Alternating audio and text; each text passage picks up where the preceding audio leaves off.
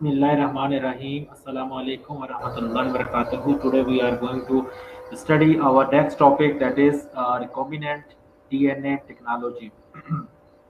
Recombinant DNA technology has gone tremendously popular nowadays, and it is due to its applications in service and manufacturing industries. So today we will have an outlook at the introduction of recombinant DNA technology. When we talk about recombinant DNA technology, first we should know what is DNA. What is DNA? DNA is an abbreviation of deoxyribonucleic acid. DNA is an abbreviation of deoxyribonucleic acid. DNA stands for deoxyribonucleic acid. DNA is a very large molecule made up of smaller units called nucleotides. जब हम DNA की बात करते हैं तो ये एक बहुत बड़ा मॉलिक्यूल होता है, मैक्रो मॉलिक्यूल्स में इसका शुमार होता है, और ये छोटे छोटे यूनिट्स स्मॉलर यूनिट्स से मिलकर बना होता है, और वो जो स्मॉलर यूनिट्स होते हैं न्यूक्लियोटाइड्स कहलाते हैं. Each nucleotide has three parts. हर जो न्यूक्लियोटाइड होता है उसके तीन हिस्से होते हैं. शुगर पेंटोज शुगर होती है, मीन्स राइबोज है जो कि एक पेंटोज शुगर है. फॉस्फेट मॉलिक्यूल एक फॉस्फेट का मॉलिक्यूल होता है, एंड नाइट्रोजनस बेस और एक नाइट्रोजनस बेस होती है. The nitrogenous base is the part of the nucleotide that carries genetic information. ये नाइट्रोजनस बेस होती है, ये न्यूक्लियोटाइड का वो हिस्सा होता है जिसमें जेनेटिक इंफॉर्मेशन मौजूद होती है, और इसी को बाद में इस्तेमाल किया जाता है इन protein synthesis. So nitrogen bases जो होती हैं ये न्यूक्लियोटाइड का हिस्सा होती हैं जिनमें जेनेटिक इंफॉर्मेशन मौजूद होती है. The basis found in DNA are four. जब हम डीएनए की बात करते हैं, डीऑक्सीराइबोन्यूक्लिक एसिड की बात करते हैं, इसमें चार तरह की बेसिस होती हैं: adenine, cytosine, guanine and thymine. So ये फोर बेसिस होती हैं, और ये न्यूक्लियोटाइड्स की एग्जांपल्स मेंशन की जा रही हैं कि एडिनोसिन ट्राइफॉस्फेट है, या साइटडीन ट्राइफॉस्फेट है, या ग्वानोसिन ट्राइफॉस्फेट है, या थाइमिडीन ट्राइफॉस्फेट है. इधर ही हम स्ट्रक्चर देख सकते हैं. ये यहाँ पर डीएनए मौजूद है, तो यहाँ पर आप देख सकते हैं कि ये बेस पेयर्स मौजूद हैं. यहाँ पर ये शुगर फॉस्फेट बैकबोन है, और यहाँ पर ये जो है वो बताया जा रहा है कि जो नाइट्रोजनस बेसिस हैं इनके दरमियान हाइड्रोजन बॉन्ड मौजूद है, और इस हाइड्रोजन बॉन्ड की वजह से हम कहते हैं कि बेस पेयर्स बनते हैं. ठीक है, तो सेंटर में जो है हमें नज़र आ रहे हैं बेस पेयर्स, और उनके अराउंड जो है वो शुगर फॉस्फेट बैकबोन है, और ये बेसिस को शो किया जा रहा है. तो डिफरेंट मेथड्स होते हैं यहाँ पर, क्योंकि ये डायग्रामेटिकली है तो यहाँ पे इनको ज़रा कलर से शो किया जा रहा है. रेड जो है वो एडेनिन के लिए है, ये जो येलो कलर है थायमिन के लिए है, और पिंक जो है मजेंटा जो है साइटोसिन के लिए है, और ग्रीन जो है वो ग्वानिन को रिप्रेजेंट करता है. So this is DNA. What is gene? अच्छा, मैं जीन के बारे में भी मालूम होना चाहिए. क्यों? बिकॉज डीएनए जो है ये जीन से मिलकर बना होता है. डीएनए के ऊपर जीन्स होते हैं. ये जो हमने अभी पढ़ा है ना कि DNA is made up of smaller units called nucleotides, तो न्यूक्लियोटाइड्स के एक स्पेसिफिक सीक्वेंस होता है, उसे जीन कहते हैं. A gene is a stretch of DNA that codes for a type of protein that has a function in the organism. अच्छा, gene क्या है? स्ट्रेच ऑफ डीएनए होता है, डीएनए का स्ट्रैंड होता है, स्ट्रेच ऑफ डीएनए होता है, डीएनए का हिस्सा होता है, that codes for a type of protein, जो कि एक किस्म की प्रोटीन के लिए कोड करता है, that has a function in the organism, जिसका ऑर्गेनिज्म में एक फंक्शन होता है. It is a unit of heredity in a living organism. हम कहते हैं कि लिविंग ऑर्गेनिज्म में ये हेरिडिटी का यूनिट है। All living things depend on jeans, जितने भी लिविंग ऑर्गेनिजम्स होते हैं वो जीन्स पर डिपेंड करते हैं। हम कहते हैं gene for eye colour, gene for hair colour, gene for intelligence. So जितने भी कैरेक्टरिस्टिक्स होते हैं लिविंग ऑर्गेनिजम्स के, वो उनके जीन्स के जरिए डिटरमिन होते हैं। Genes hold the information to build and maintain an organism's cells and pass genetic traits to offspring. Genes में इंफॉर्मेशन मौजूद होती है जो कि ऑर्गेनिज्म के सेल्स को बिल्ड करते हैं, मेंटेन रखते हैं, और जो जेनेटिक ट्रेट्स होती हैं वो उनके बच्चों तक जो है वो पास होते हैं। ये यहाँ पे हम देख सकते हैं, ये क्रोमोसोम है, और क्रोमोसोम जो होता है वो डीएनए और प्रोटीन से मिलकर बना होता है। और यहाँ पर ये डीएनए का जो है हमें एक स्ट्रैंड शो किया जा रहा है, स्ट्रक्चर शो किया जा रहा है। 2 स्ट्रैंड्स मौजूद हैं, दोनों स्ट्रैंड्स मौजूद हैं यहाँ पर डीएनए के। तो उसका ये खास हिस्सा होता है जिसे जीन कहते हैं। अच्छा, इसमें एक्सॉन्स भी होते हैं और इंट्रॉन्स भी होते हैं, उसका हम ज़रा बाद में स्टडी करेंगे। तो इसे कहते हैं जीन। जीन क्या होता है? एक स्पेसिफिक सीक्वेंस होता है जो कि हेरिडिटी का यूनिट है लिविंग ऑर्गेनिज्म में, और जितने भी लिविंग थिंग्स होते हैं वो इस पर डिपेंड करते हैं। What are gene components? Genes contain, अभी हमने यहाँ पे पढ़ा कि एक्सॉन्स और इंट्रॉन्स मौजूद होते हैं। So what are exons? A set of coding regions. Exons क्या होते हैं? कोडिंग रीजन्स का सेट होते हैं। ऐसे रीजन्स होते हैं जो कि कोड करते हैं। रीजन्स किसके होते हैं? डीएनए के रीजन्स होते हैं। इंट्रॉन्स के होते हैं? Non coding regions remove sequence and are therefore labeled split genes। तो नॉन कोडिंग रीजन्स जो होते हैं उन्हें इंट्रॉन्स कहते हैं। तो एक प्रोसेस होता है जिसमें इनको रिमूव किया जाता है डीएनए से, तो उसे हम कहते हैं स्प्लाइसिंग कहते हैं। ये यहाँ पर शो किया जा रहा है कि ये प्रोमोटर है, ठीक है। उसके बाद आ रहा है ये एक्सॉन है, फर्स्ट एक्सॉन है, फिर ये इंट्रॉन है, फिर ये एक्सॉन है, एक्सॉन है, फिर ये एक्सॉन है। तो इंट्रॉन्स जो होते हैं जब स्प्लाइसिंग होती है तो इंट्रॉन्स को यहाँ से रिमूव कर दिया जाता है, स्प्लिट कर दिया जाता है, और जो डीएनए का हिस्सा जो कि प्रोटीन सिंथेसिस में इस्तेमाल होता है वो एक्सॉन्स पर मुश्तमिल होता है। तो ये हम यहाँ पे इसको देखा हमने, ठीक है। तो एक्सॉन्स जो है वो सेट ऑफ कोडिंग रीजन्स होते हैं, और इंट्रॉन्स जो होते हैं वो नॉन कोडिंग रीजन्स होते हैं। No, what is the genome? Genome क्या होता है? The genetic complement of an organism including all of its genes as represented in its DNA. Genome क्या होता है? एक ऑर्गेनिज्म का जेनेटिक कॉम्प्लीमेंट होता है, एक ऑर्गेनिज्म के तमाम जीन्स का सेट होता है, जेनेटिक कॉम्प्लीमेंट होता है। और क्या होता है ये मजीद? Including all of its genes as represented in its DNA. इसमें इसके तमाम जीन्स होते हैं जो कि उसके डीएनए में मौजूद होते हैं। तो ये जेनेटिक कॉम्प्लीमेंट होता है किसी भी ऑर्गेनिज्म का। इसके बाद है what is the gene expression? Gene expression क्या है? It is the process by which information from a gene is used in the synthesis of a functional gene product protein। Gene expression से मुराद है protein synthesis. ये वो जो हम central dogma पढ़ते हैं बायोलॉजी में, कि जिसमें डीएनए से जो इंफॉर्मेशन होती है वो ट्रांसफ़र होती है आरएनए में, और आरएनए से जो है वो प्रोटीन्स बनाई जाती हैं।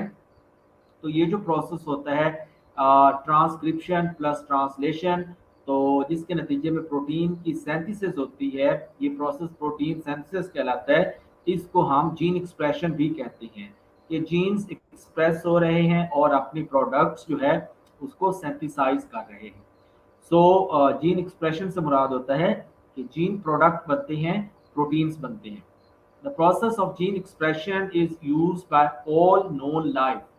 जितने भी लिविंग ऑर्गेनिज्म हैं, जितनी भी लाइफ है, जितने भी लिविंग ऑर्गेनिज्म है, सेल्स हैं, उनमें जीन एक्सप्रेशन का प्रोसेस इस्तेमाल होता है। वो यूक्रियोट्स हैं, प्रोक्रियोट्स हैं, वायरसेस हैं, इन तमाम में जीन एक्सप्रेशन का जो प्रोसेस है that is used. To generate the macromolecular machinery for life, और इससे जो मैक्रोमोलेकुलर मशीनरी है लाइफ की उसको जनरेट किया जाता है।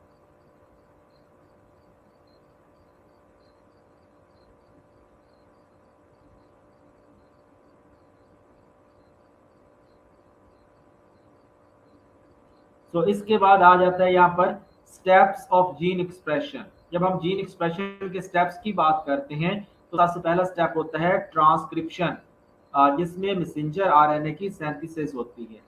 ये हम देख सकते हैं न्यूक्लियस में ये प्रोसेस हो रहा है।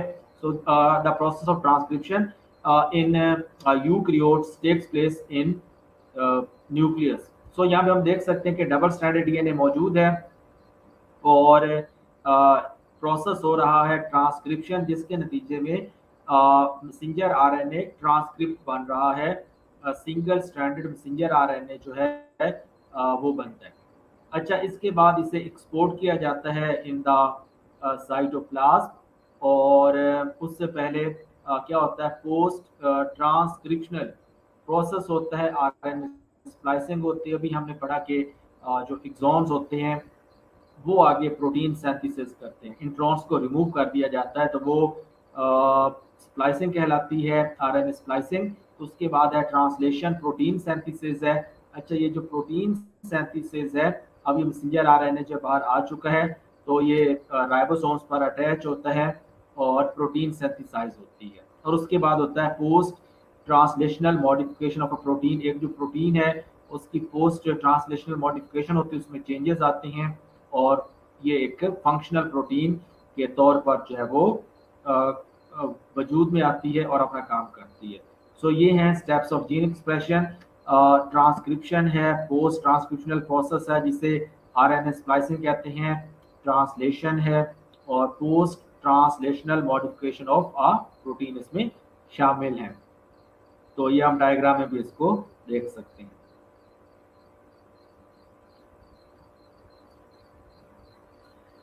What are genetic changes?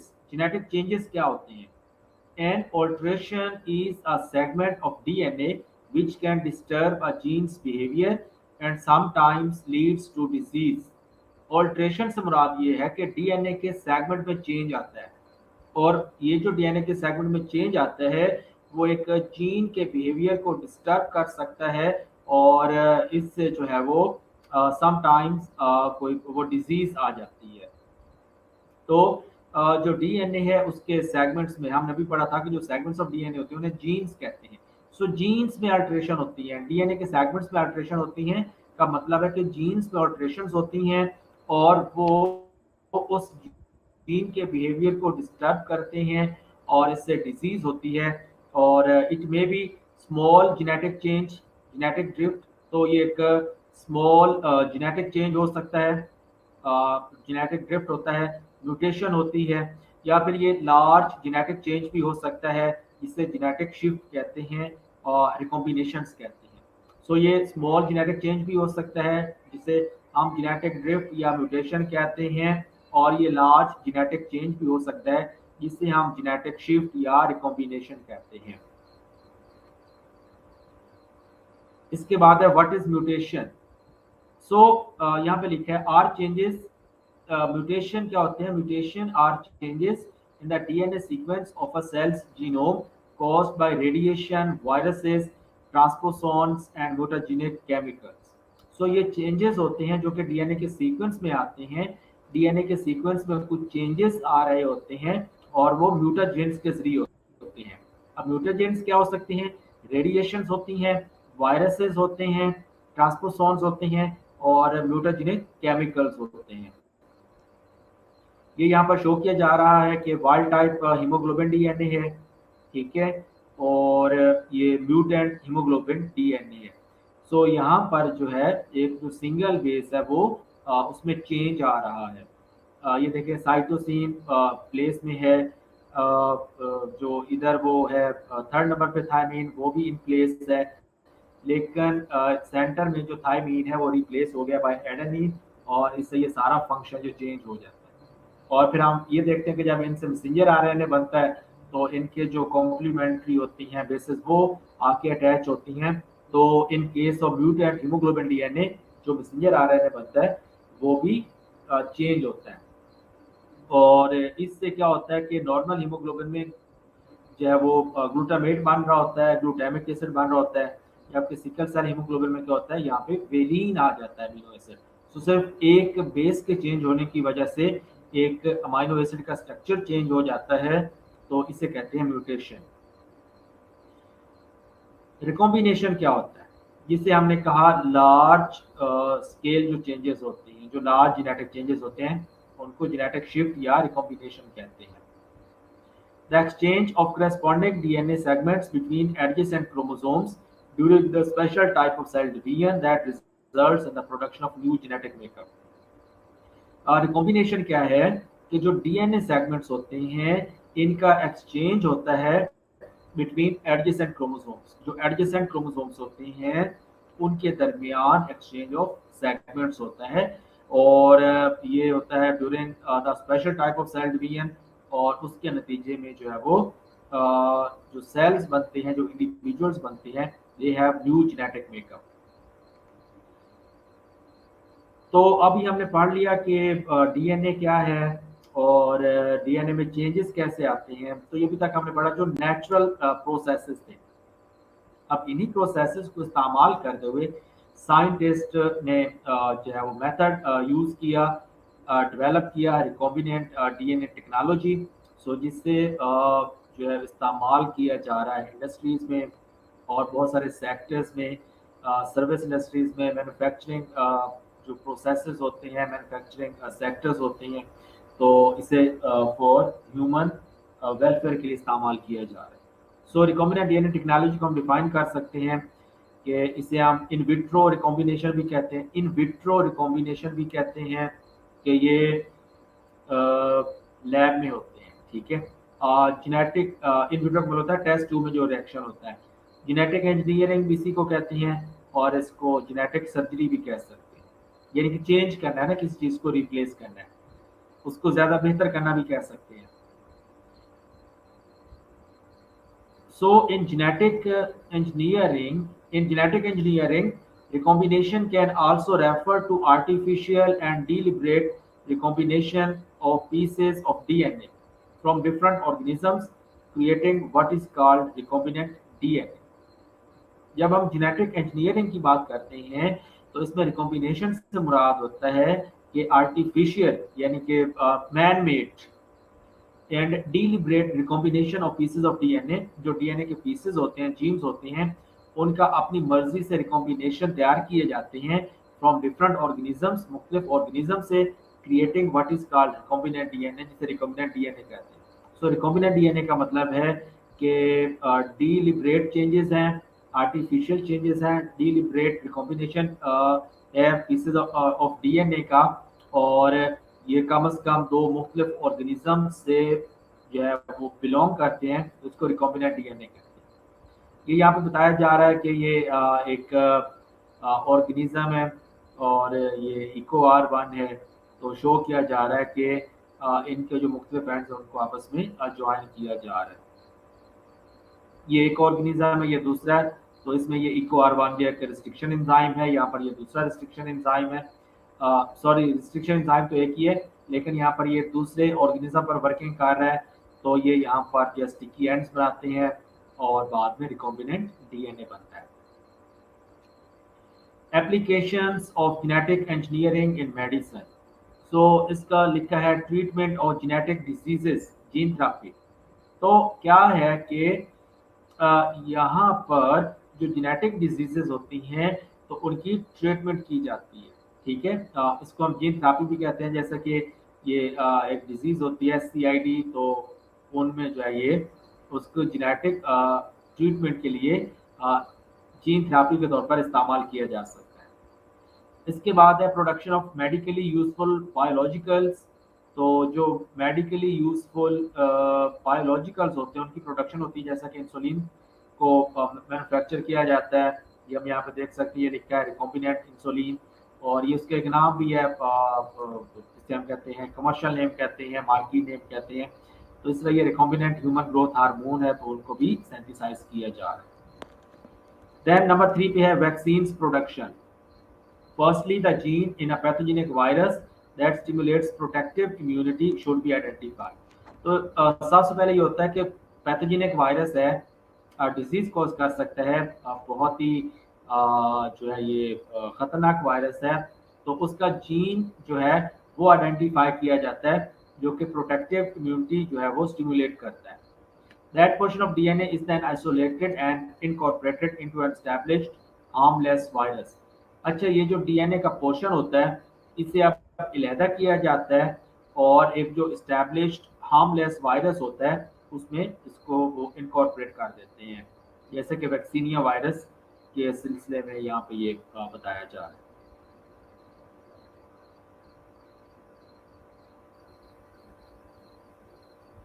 This new recombinant virus is use as a vaccine. ये जो नया रिकॉम्बिनेंट वायरस बन गया है कि डीएनए जो है वो सेगमेंट जो था वो लिया गया था एक पैथोजेनिक से और उसको इंट्रोड्यूस किया गया है इनटू एन अदर फेज। तो अब इसे वैक्सीन कहते हैं, ये रिकॉम्बिनेंट वायरस और इसे वैक्सीन कहते हैं। This vaccines are much safer since they do not expose the patients to the actual virus and do not risk to infection. ये जो वैक्सीन होती हैं ये बहुत ज़्यादा सेफर होती हैं बिकॉज जो पेशेंट्स होते हैं ये उनको एक्चुअल वायरस के पर या एक्सपोज नहीं करती और इन्फेक्शन का भी कोई खतरा नहीं होता है। दिस मेथड में be useful in vaccines against malaria and schistosomiasis and many viruses. तो ये जो मेथड है ये बहुत सारे जो डिजीजेज हैं, मलेरिया है या शिस्टोसोमियासिस है या और बहुत सारी डिजीजेज है, हेपेटाइटिस बी वायरस है, तो उसके खिलाफ ये जो है वो फायदेमंद है। इसके बाद आता है pharmacogenomics deals with the influence of genetic variations on drug response in patients by correlating genes expression with a drug's efficacy or toxicity। अच्छा, इससे मुराद ये है कि इसमें ये देखा जाता है कि जो जेनेटिक वेरिएशंस की जा रही हैं उनका जो पेशेंट्स हैं उनमें ड्रग रिस्पॉन्स के बारे में क्या इन्फ्लुएंस है, और इसमें देखा जाता है कि जो जीन एक्सप्रेशन है वो कैसे एक ड्रग की एफिकेसी या टॉक्सिसिटी जो है उस पर वो अफेक्ट करता है, इन्फ्लुएंस करता है। और इसके बाद है design drugs adopted to an individual's genetic makeup. ऐसी ड्रग्स को डिजाइन किया जा रहा है जो कि एक इंडिविजुअल के जेनेटिक मेकअप के लिए अडॉप्टेड हो और इसे कहा जा रहा है होप फॉर द फ्यूचर।